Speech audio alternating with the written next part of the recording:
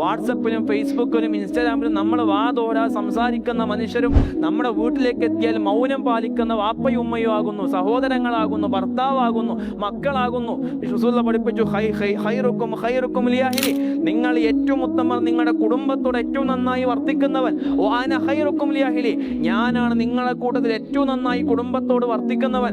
ഇത് പറയാ മാത്രമല്ല, ജീവിതത്തിൽ മനോഹരമായിട്ട് അതെങ്ങനെയാണ് കാണിച്ചു തരിക എന്ന് പഠിപ്പിച്ചെന്നു, ജീവിതം കൊണ്ട് തെളിയിച്ചു. കൂടുതൽ സമ്പാദിക്കുന്നവനാണ് ഏറ്റവും നല്ലതെന്ന് പറഞ്ഞില്ല, കൂടുതൽ ദാനം ചെയ്യുന്നവൻ ഏറ്റവും നല്ലതെന്ന് പറഞ്ഞില്ല, കുടുംബത്തോട് ഏറ്റവും നന്നായിട്ട് പെരുമാറുന്നവൻ. കാരണം വീട്ടിൽ പരാജയപ്പെട്ട ഒരു മനുഷ്യൻ നാട്ടിൽ എത്ര വിജയിച്ചാലും അയാൾ യഥാർത്ഥത്തിൽ പരാജയപ്പെട്ടവനാണ് എന്നാണ് ഇസ്ലാം പഠിപ്പിക്കുന്നത്.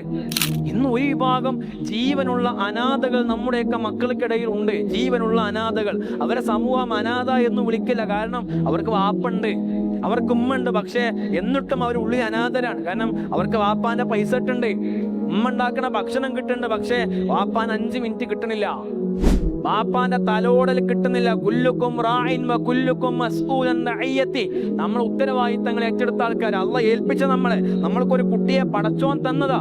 ഇത് നിർബന്ധമായും ചോദ്യം ചെയ്യപ്പെടുന്ന വിഷയമാണ് എന്ന ബോധ്യം ഉണ്ടാകണം.